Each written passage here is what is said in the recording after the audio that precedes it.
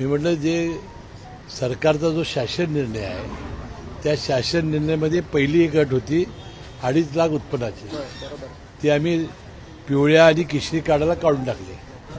नंतर income tax भरणारे 4 चाकी वगैरे ते जीआरमध्ये होतं. तर मी असं म्हणालो होतो की टाटा बिर्ला अदानी यांच्या घरातील एखाद्या महिलेनं जर अर्ज भरला तर त्याला द्यावं काय, की बरोबर नाही असं आपण म्हणालो होतो. आणि ज्यावेळेला अशा श्रीमंत महिलांनी अर्ज केले असतील, काल ते आपोआपच भुजबळ साहेबांनी सांगितलं की बाबा त्यांनी आपली नावं विड्रॉ करावीत. आता त्यांना ज्यांना पैसे दिले त्यांच्याकडून वसूल होणार नाही असं मी वक्तव्य केलं होतं.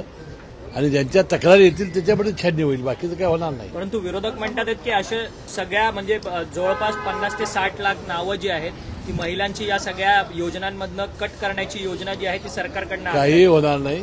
आता जिल्हा परिषद पंचायत निवडणुका आहेत, त्याची योग्य ती खबरदारी आम्ही घेऊ आणि पुन्हा आम्ही युती फार मोठ्या ओझ्यानं तिन्ही पक्ष सत्तेवर येतील.